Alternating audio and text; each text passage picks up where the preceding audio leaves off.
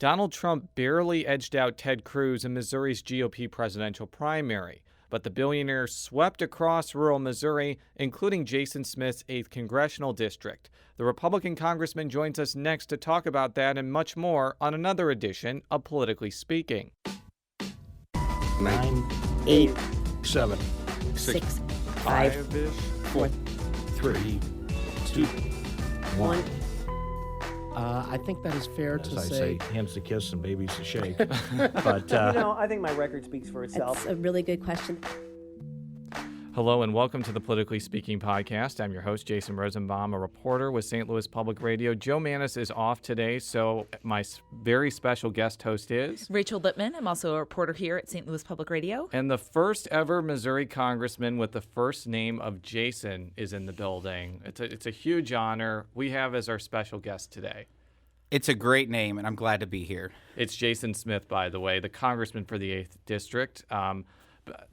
It is great to have you here. I've known you since you were in the Missouri House. You used to sit behind me when we watched Supreme Court arguments together. You did it for fun. I had to do it for work. So you obviously have interesting hobbies, so to speak. We're all growing up. We're all growing up. Before we get into your background and issues, just tell our listeners the boundaries of the 8th Congressional District, because this is an enormous district, from what I understand. It's the largest congressional district in the state of Missouri.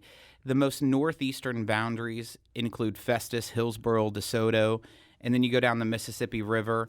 Includes the cities of Cape Girardeau, Sikeston, Kennett, the entire Boot Hill region, over to Poplar Bluff, Farmington.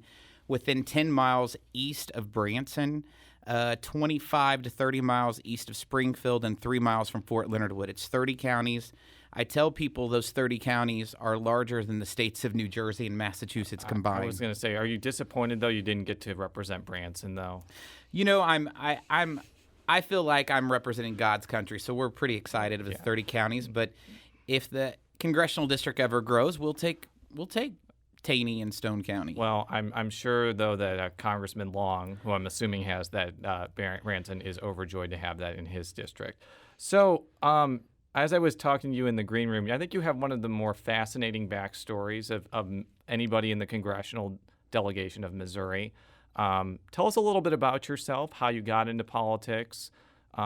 I guess I have to summon Joe here, where you went to high school as well, but I'm cringing when asking that question, but I'm going to ask you could leave it up anyway. to the native St. Louisan to ask it, which is, where did you go to high school? So just tell us your life story in 5 or 6 minutes. Be happy to. You know, my family's I've been born and raised in the 8th Congressional District. I was actually born in St. Louis because we didn't have a hospital at that time that had a birthing unit in Salem. So basically from 9 days on, grew up in the 8th Congressional District. My family's been there for 7 generations. I can show you literally where my 4 times great-grandparents are buried. It's home. It's where my friends and neighbors are. But when you think about what is the typical pedigree of a member of Congress, it's clearly not a roadmap that comes from Dent County. From a small community, less than 5,000 people, Salem is my hometown. Went to school there from kindergarten through 12th grade, and then went on to graduate from the University of Missouri in Columbia with 2 degrees. One, business administration, emphasis finance, and the other one was ag econ. I graduated at age 20. Yeah, in 3 years, from what I understand. How did you do that exactly? I hate to cite Wikipedia here, but your Wikipedia entry said that you took 27 credits in one semester while working at a Walmart sporting goods section. Is that actually true, or is Wikipedia lied to me? Wait, Wikipedia lies? Wikipedia is telling you the truth there. In fact, at the University of Missouri Columbia, they would only allow you to take 18 credit hours at that time without prior approval. Well, what I would do, I would take 18 credit hours, and then at Columbia College, I would take evening night courses. They had 8-week, 3-hour credits. So sometimes I would do 6, sometimes I would do 3. And so the semester I did 27 hours. I did 9 hours at night. Wow. Is there any reason why you wanted to get through college so quickly? You know, I knew what I wanted to do, and I wanted to go on to law school, and I just figured, why? Save the money, you know, that's less room and board, and that's what my plan was. Especially if you're paying for it yourself, which it sounds like you were. Exactly, and I didn't want to continue to have those higher higher student loans. So I figured 3 years instead of 4. Now, I did want to touch on this as part of your background, but also part of policy before we get into your political career. I believe you're one of the few members of Congress that still has student loans. I think that kind of probably makes that issue a lot more personal for you, that affects millions of people. Tell us a little bit about that and kind of how you look at that issue, considering it affects you directly. It's very interesting with a lot of the issues that we have full-out debates on in Washington. And when you have the personal experience and can say directly that I understand student loans, I understand what it's like to be paying student loans back. I'm still currently paying student loans. Undergraduate wasn't too bad. It was graduate school where the student loans really added up in law school. So it definitely gives a different perspective when you're talking about issues that you clearly understand because you're living them. Now, Senator Claire McCaskill has been on a statewide tour about college affordability. I'm going to play a clip from her talking about her idea about how she wants to allow refinancing of student loans. I'm not going to ask you to respond to it because it's an issue that I don't think you know specifically about her plan, but maybe just as a jumping off point to talk about the issue more. Here's what she had to say about that. This should be simple. I don't know why Republicans are opposed to allowing students to refinance student debt just like we allow people to refinance their mortgages. Why should a student have to be paying higher than market interest to the government for their student loans? I mean, that's what's really offensive about this, is the profit that's being made on the backs of these kids as they're struggling as they get out of school is going to the United States government. Now, I know that this has been kind of a Democratic talking point for a couple years now, that they want to make it easier to refinance student loans or make student loans more affordable. As a Republican, as somebody who where the issue actually affects you directly, what has been kind of your thoughts on how to proceed on this issue from a federal perspective? It's something that definitely is broken and needs changes. So I would have to agree with that statement. I don't believe the government should profit, off of their citizens. I'm from being a conservative who believes in free markets and opportunity and competition. This needs to be on the outside. I strongly believe that people should be able to refinance and have lower interest rates. And so there's clearly some ground where I think Republicans and Democrats can work together on this issue. This is an issue that is of importance to me because it's important to a huge generation. There's only a few millennials in Congress, and I'm considered by some as a millennial. I was going to say, you were born in like 1980, 1981. 1980. You're on the very edge of millennialness there. Right on the edge. So between myself and Miss Elise Stefanik, we argue whether a millennial considers 1980 or is it 82. Yeah, but that's definitely something that I think will be talked about in Congress more. But kind of continuing on your trajectory, in 2005, you were fresh out of law school. Frank Barnett's had won an upset victory to the Missouri Senate, although some would say it wasn't an upset because he was a good candidate. We'll let others decide that. And the seat that encompassed Dent County became open in a special election. Tell us why you decided to run for that seat and what that experience was like, because this was a situation where it was a seat that was previously held by a Democrat, and you as a Republican were trying to take it back. What was that decision-making process like? It was a seat that was held for over 20 years by a Democrat, and I believe from what I researched that only 2 prior Republicans had ever held that seat, and both of their last names were Stillman. Dorman Stillman and David Stillman, yes. Father and son. Sarah Stillman, who was our state treasurer. It was her husband. So it was an uphill battle. And I actually had just been practicing law back in my home in the Salem, Cuba, Rolla area, and literally was trying to find someone to run for that seat. And then people started saying, Jason, you should run for this seat. I was 25. I just turned 25 years old. Right. And then I thought, well, I think I can do just as good as anyone else. Well, then other people from Jefferson City actually said, no, you're too young, you can't win. And then they started calling around and trying to get other elected officials to run. And literally, people kept deciding to run, and then they decided not to run. But it did end up where it was like a special election where there was a nomination process. You had to go before the committees, and I had to beat out one gentleman, but did get the Republican nomination. Went on in a special election. I can tell you, I worked that special election like I've never, I never thought a candidate could work. Some doors I would hit 5 times. And being a county that covers an area that covers 4 counties, your largest populated city was less than 5,000, but there's 35,000 people in your state rep district. That was a lot of gravel roads. Yeah, and spoiler alert to our readers, you ended up winning that race? We did.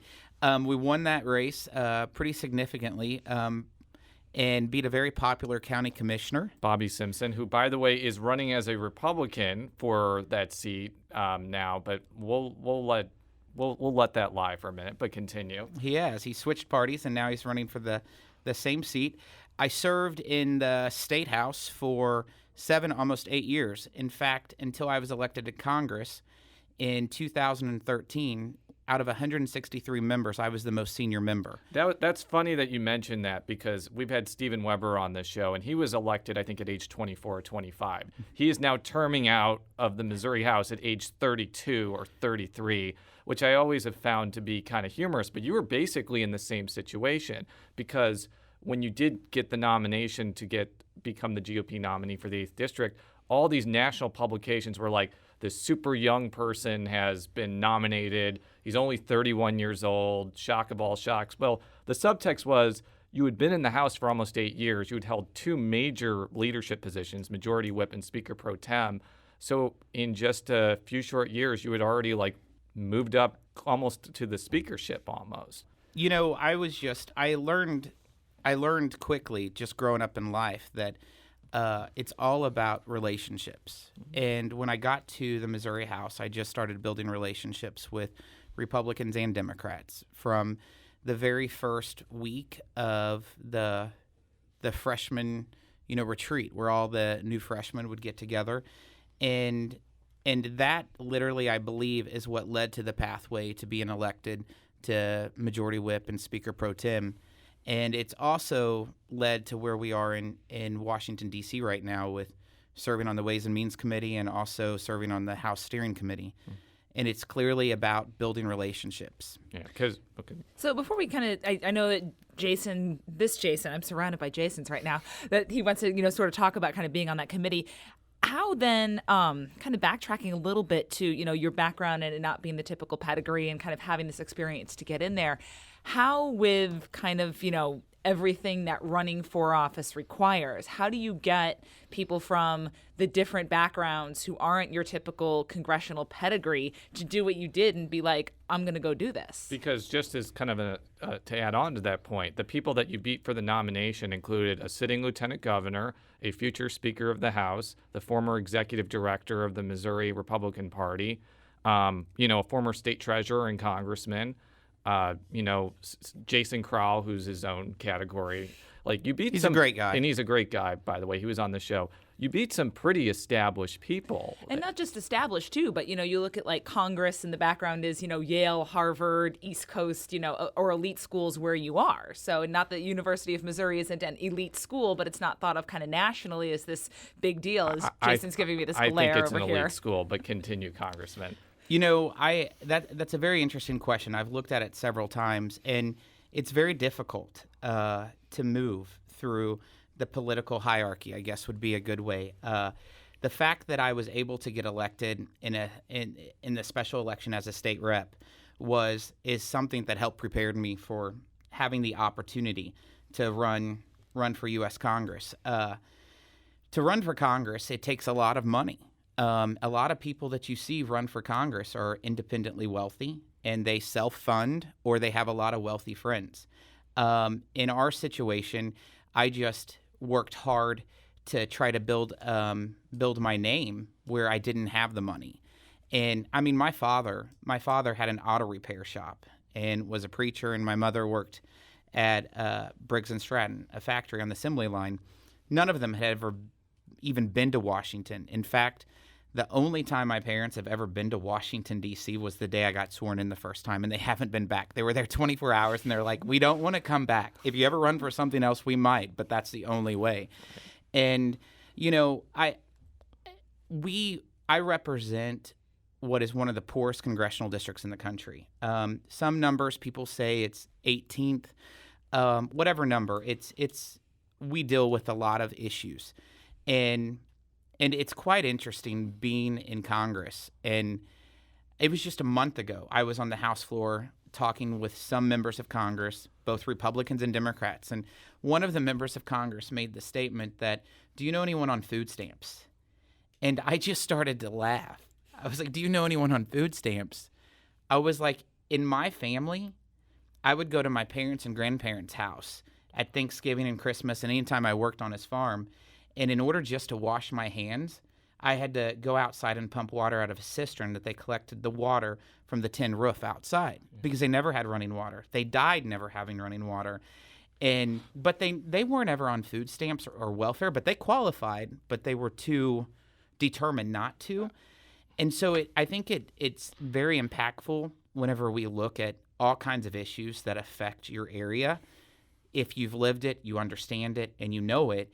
And I feel like having the opportunity to represent 750,000 people in Southeast Missouri is a unique opportunity that not everyone has, especially with the unique circumstances and challenges that you experienced growing up. Well, just to kind of piggyback on that, when you were running in the general election, I remember reading like editorials from the Post-Dispatch talking about how that election should have been all about fighting poverty. They obviously endorsed your Democratic opponent, who is a former state rep, Steve Hodges, a great person, by the way, who I got to know as well for when he was in the state house. But they kind of insinuated that you didn't really know what poverty was and didn't really understand it, which I always thought was kind of odd because knowing your background, you probably lived through a lot of this and you probably did understand it, but you were probably taking a different political perspective and philosophy toward it. I'm sure you read all of that. I'd be interested to hear what your perspective was when you read things like that. When I read that editorial, I really wanted to go to the board and just explain my case. But folks said, don't worry about it. But I feel like that it's so important that people know who you are and what you believe in. Because I believe that based on how you were raised, a lot of times that helps affect the way you see things and look at things. And for whenever they judged me as like not understanding poverty and not knowing how my grandparents lived and how I was raised, it definitely it disappointed me, but you know, that's all right. Yeah. I can get my message out, and I do that. And you ended up winning that race, by the way. So now you're in Congress. You're on the Ways and Means Committee, which is one of the most powerful and important committees in Congress. My former Congressman, Kenny Holzhoff, was on that committee when he was there. I think he might have been the last Missourian to be on that committee. For our listeners, tell us a little bit about what that committee I was going to say what that committee encompasses, but what it does. What it does, essentially, and why it's so important for the nation, essentially. Jason, it's the oldest committee in Congress. We've had several presidents serve on the Ways and Means Committee, and every committee in Congress has set jurisdiction of what policies we look at. And the Ways and Means Committee has jurisdiction over all revenues that come into our country, so all tax policy. It has jurisdiction over all welfare programs. So you see Speaker Ryan is talking about a lot of poverty reform and looking at that. That's huge interest, as you can tell, of mine to be on that committee, to actually be part of the discussion. It's a committee that has all jurisdiction over Social Security, over Medicare, over most of the provisions of health care. It's also the committee that has jurisdiction over all trade and representing the most diversified agriculture district outside of the state of California. We grow everything but citrus and sugar. Trade is a pretty big issue. And I felt like that committee needed more rural representation and individuals that understood poverty, understood the ag background, and the fact that Missouri hadn't had anyone since Kenny Holzhoff. And literally to get on the committee in Congress is much different than getting on a committee in Jefferson City. In Jefferson City, the speaker picks who gets to serve on the committees and the chairmanship. In In Congress, it's the steering committee. And the steering committee is made up of roughly 30 members, and they're all members of Congress. Some are elected leadership. Some are elected members that represent a regional area. And literally, I had to go around and meet with every one of them and basically do job interviews and sell myself why it would be important to serve on that committee. And a lot of people, when I'd meet with them, they're like, well, maybe in your third or fourth term, you can get on the Ways and Means Committee. And I've never been one that's liked to wait around for things. And so I would always push back and tell them why it'd be so important and why Missouri needs a voice on that committee. We have 8 members of Congress from the state of Missouri, and no one's on the Ways and Means Committee. The last 2 was Kenny Holsoff and Congressman Gephardt. And I have part of the old Gephardt seat when you look at Jefferson County and St. John. And so I used every argument that I could, and it was nice that they listened. So one of the things that I think that you have sponsored pretty recently is a bill that, and correct me if I'm wrong in describing it incorrectly, it would basically require the Internal Revenue Service to get congressional approval before they spend any user-generated fees. Is that correct? That's correct. And tell me a little bit about it. I serve on the subcommittee of oversight on the Ways and Means Committee, one of the two. The other one is Human Resources. And under the Oversight Committee, we had the commissioner of the IRS come in several months back and had the opportunity to talk to him, ask some questions, and uncovered that the IRS a couple years earlier requested several $100 million in funding from the Appropriations Committee from Congress to implement the technologies to basically implement the mandates of Obamacare, because that's how they're basically monitoring and enforcing it. Well, Congress appropriated $0 for that. And what we discovered in that committee process is that the IRS still spent almost $200 million to implement the technology of the Obamacare mandates, but they weren't appropriated the money.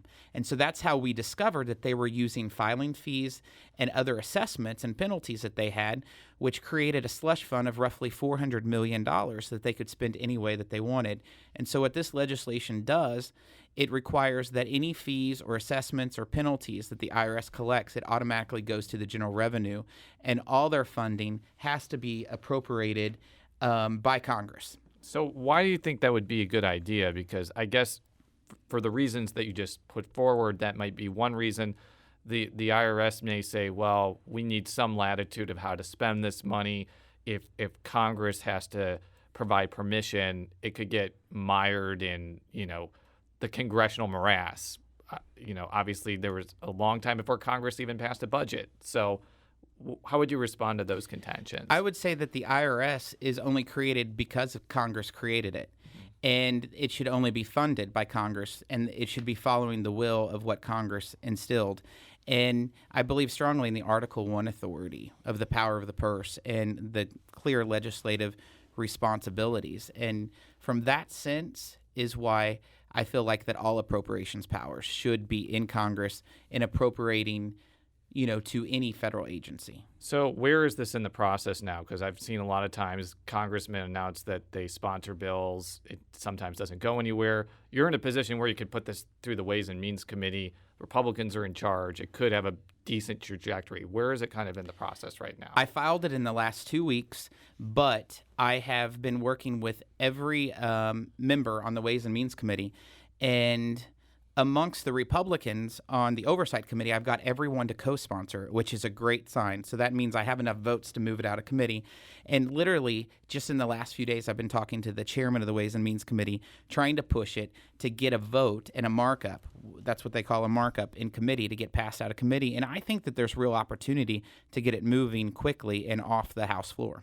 So another thing that I think you've dealt with, too, in Congress is trying to pare down federal regulations. This is just a kind of an aside for our readers, but when you were in the Missouri House, and I keep saying readers, I meant listeners, by the way. Well, we do have a web post. We do have a web post, but I don't think I can actually cut that last part out, so I just wanted to make that clear.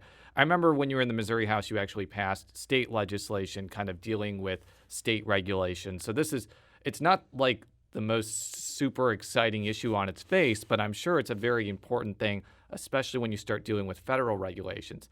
Tell me kind of a little bit how you've dealt with that issue from a federal level. You know, the legislation that we passed at the state level was bipartisan legislation signed by Governor Nixon that created a review process of existing state rules. When I was a state lawmaker, I thought that having over 6,280 rules at that time was too many, and we needed a process to review to make sure rules could be more narrowly tailored to actually carry out the true intent of the rules. Are the rules within statutory authority?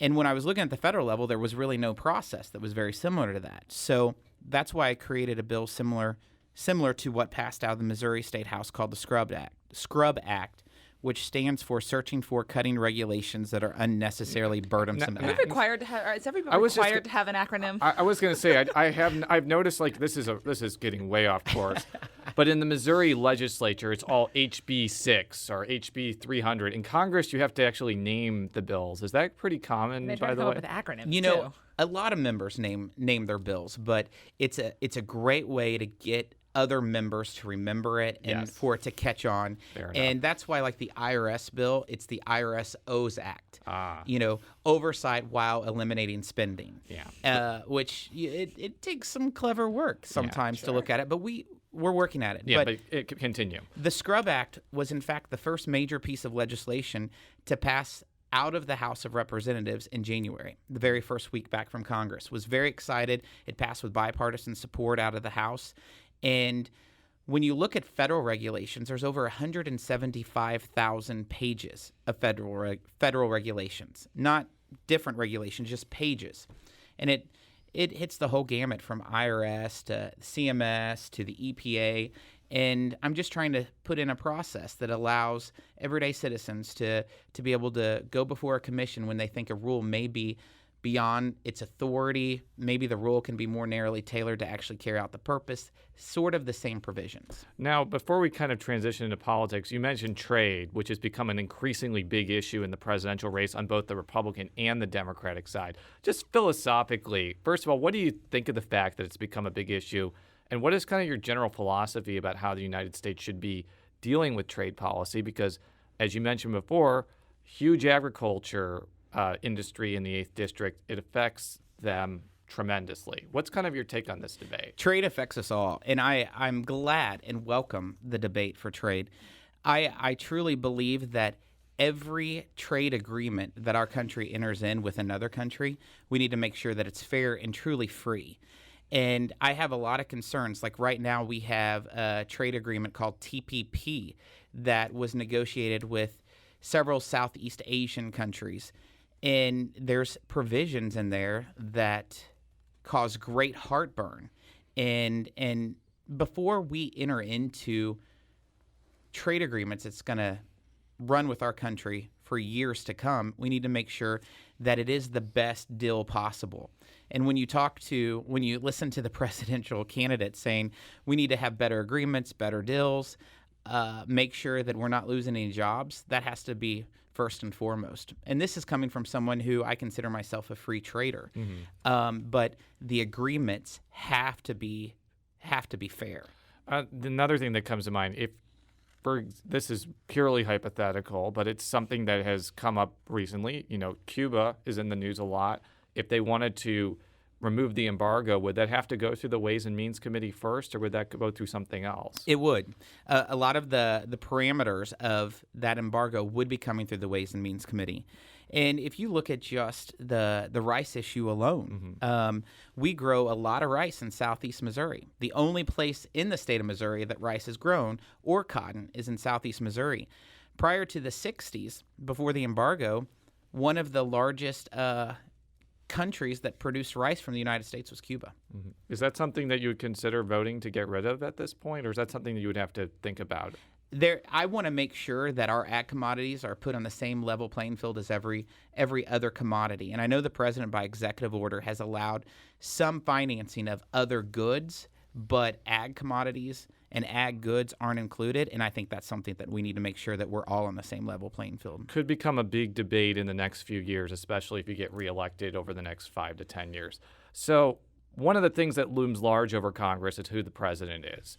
Over the last, 4 to 8 years, when there's been, I'm going to cut this out.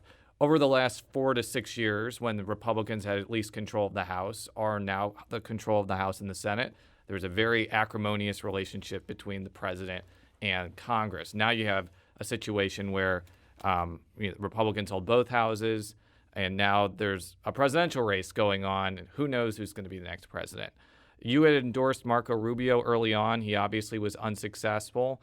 You have Ted Cruz and Donald Trump left. Don't forget Kasich. And Hang John on. Kasich. And John Kasich. I want to make sure that State Senator Ryan Silvey's preferred candidate gets some time as well. Given what happened in the Missouri primary, what's kind of your take on the presidential election so far? The intensity of the voters is immeasurable with some of the candidates. I think that when you look at Bernie Sanders and Donald Trump, it's quite amazing. You hear Bernie Sanders and you hear Donald Trump that millions of people are voting who typically don't vote, that are voting for both of them. I believe them. Just looking at the results in the 8th Congressional District of Missouri, you can see that Bernie Sanders and Donald Trump won our congressional district. I was going to say, why do you think that happened? Because both of those candidates do not on paper seem to be candidates that would appeal to rural Southeast Missourians.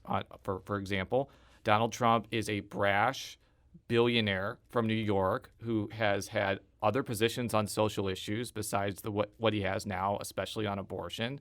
It would seem like someone like Cruz or someone else would have won those counties, but Trump won your congressional district and many of the rural counties by a wide margin.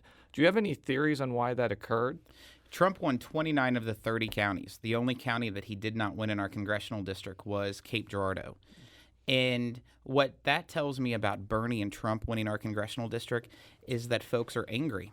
And Bernie represents the angry section of the party, of the more liberals, and Trump represents the angry section of the party of the more conservatives. And when I travel throughout those 30 counties in Southeast Missouri, people are just upset with what's going on in Washington, D.C. They want things done, and they feel like nothing's being done, and the stuff they don't want to happen, they see as happening. So folks are very angry. Why do you think Rubio didn't catch fire in Missouri? Rubio was doing a great job, and then I think whenever he started doing late attacks in some of the debates, that's where you saw his numbers start going down. Yeah, definitely. And Marco is a good friend of mine. He's a great gentleman who has incredible character and would be a great president. He put all of his resources and his focus in Florida and didn't come to Missouri on the 15th because the election that mattered at that point was Florida. And I asked because there were a lot of prominent Missouri Republicans, such as yourself, such as House Speaker Todd Richardson, many other state legislators who endorsed Rubio early on, which is usually a good sign because sometimes they come with pre-existing political organizations that can help another candidate out. But it just seemed to me when Rubio wasn't visiting the state and Cruz and Trump both were, the writing was on the wall that he wasn't going to do very well here. So it was clear that his focus, without a doubt, was Florida, and he made that very clear to all of us. And Florida didn't work out. I want to play a clip now from a St. Louis County political activist. Her name is Frida Keogh. I believe she might be a committee woman in St. Louis County, but she's a Ted Cruz supporter. I asked her if Trump was the nominee, whether she would support him or not. This is what she had to say. If he wins the nomination, I guess we'll all get behind him. But at this time, I really would like to see somebody else. Why? He's just a bit too erratic, and I'd like to see a coherent policy from him.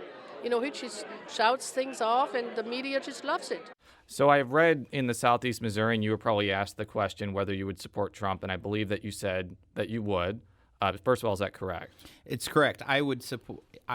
Of the three candidates that's left, I would support any of the three if they become our nominee. So the reason I played that clip is there is a large segment. I would say by large, I could say anywhere from 20, 30, 40% that are pretty much dedicated to saying, I will not vote for Trump under any circumstances. And for reasons that she just kind of brought up. What do you kind of make of that? And do you think that's going to make it tough for other candidates around the country and in Missouri to win if there's a large segment of the Republican Party that is not going to vote for Trump if he's the nominee. If there's a large segment of the Republican Party that stays home and doesn't vote, that clearly will affect everyone down ballot.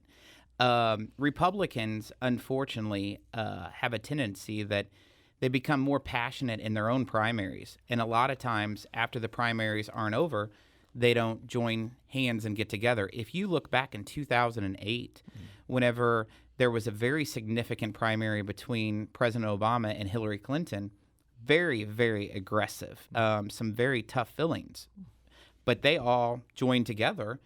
And I hope that we can do it from this point. What's interesting is that I think Donald Trump is probably one of the most centrist presidential candidates we've had in a long time. And some people will argue with me on this, but I think Donald Trump is winning these elections based on he's winning a group of Democrats, he's winning a group of Republicans, and a lot of independents.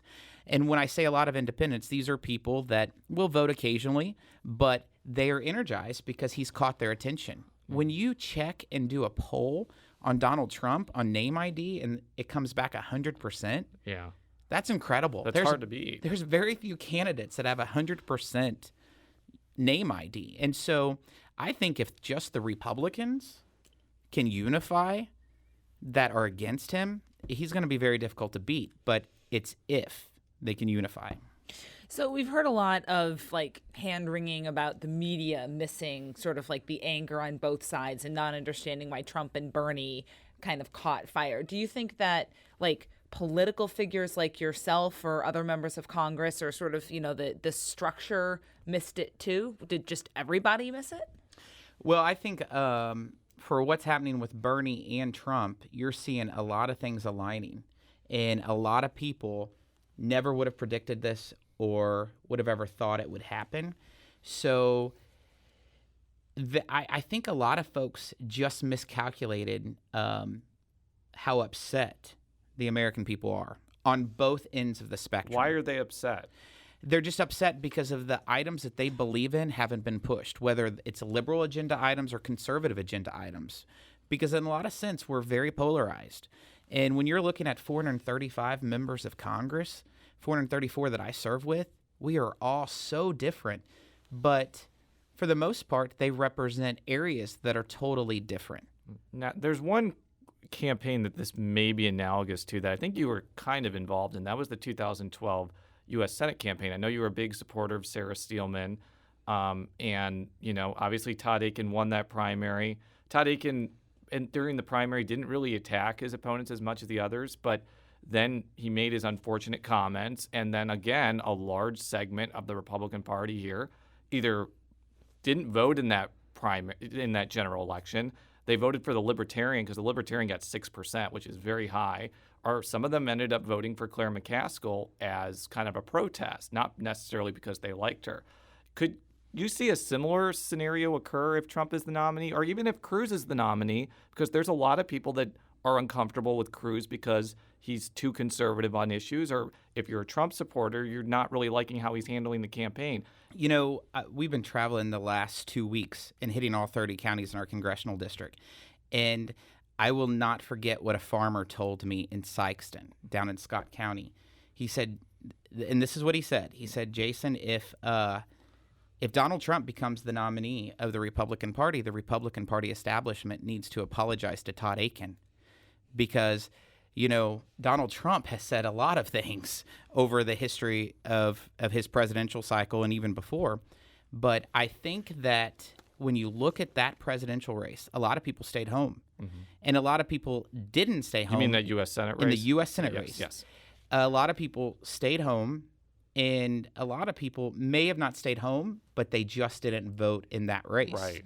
And this could be the same type of situation that we experience here, but the intensity level for the Bernie voter and the Trump voter is pretty intense of their supporters. And a lot of times it's about voter turnout and it's about intensity. Now, my last question for you, let's say it's a Bernie versus Trump race and one of them becomes president, as someone who's going to have to deal with that executive being kind of on this anger push. How do you think that either one of them would govern as president?